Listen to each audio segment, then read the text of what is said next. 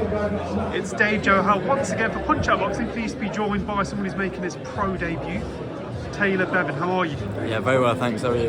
Yeah, I'm good. I mean, look, you're no stranger to the limelight, being a silver medalist at the Commonwealth Games. I mean, what does this night mean for you on Saturday, though? Because this is your pro debut.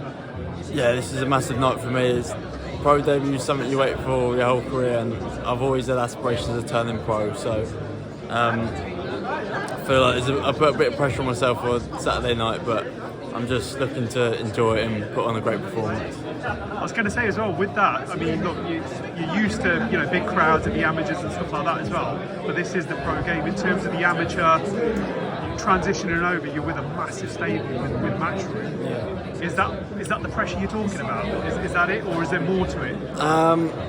No, I wouldn't say there's pressure to that, because I want to put a good performance anyway.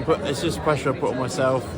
I've always dreamed of turning pro, and now that time has finally come, and Saturday night's when it begins. So that's the pressure I put on myself rather than from elsewhere.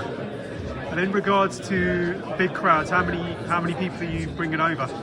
I've got a couple of hundred coming over, but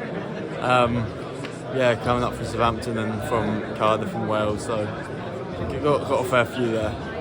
Good stuff. I mean, hopefully you do the business and stuff like that as well. Next year is going to be massive as well, Taylor. Yeah. So, how many times do you want to be out next year? What's the plan? I'm hoping to be out 4 or 5 times next year. I like to stay as active as I can. I think that's the best way to progress as a fighter. I'm only 23 years old, so I do want to take my time, but the more I can get out and fight, the better for me. And in regards to the amateur pedigree and Olympians in general, we've had a rocky Olympics in the boxing. No doubt you watched it. Yeah. What was your thoughts about some of those people that we thought that were going to get golds and stuff? Do you think they were hard done by? Do you think it just wasn't their night? It's difficult because it was tough, wasn't it? Yeah, there's a lot of bad decisions in the Olympics. There's a lot of controversy in general in boxing for this Olympics, but I think GB as a team didn't do as well as what they were hoping, but it's been a short cycle, and it's hard competing with these other countries when, say, the Cubans and the Russians, not all of them turn pro, so that they have the boxers for longer, and a lot of these Cubans will go to 3-4 Olympics, whereas GB is starting off with a fresh team every cycle, and when there's a year cut short in that, it makes it even more tougher.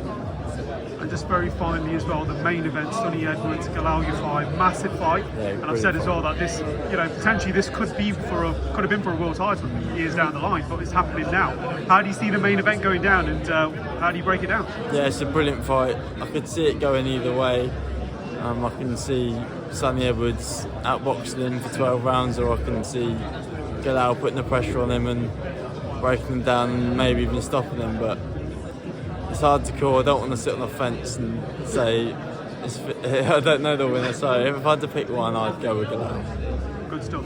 Well, look, all the best on Saturday night for your fight, your pro debut. It's going to be absolutely huge. Good luck, and we look forward to catching up with you soon from Punch Out Boxing. Thank Cheers, you very mate. much.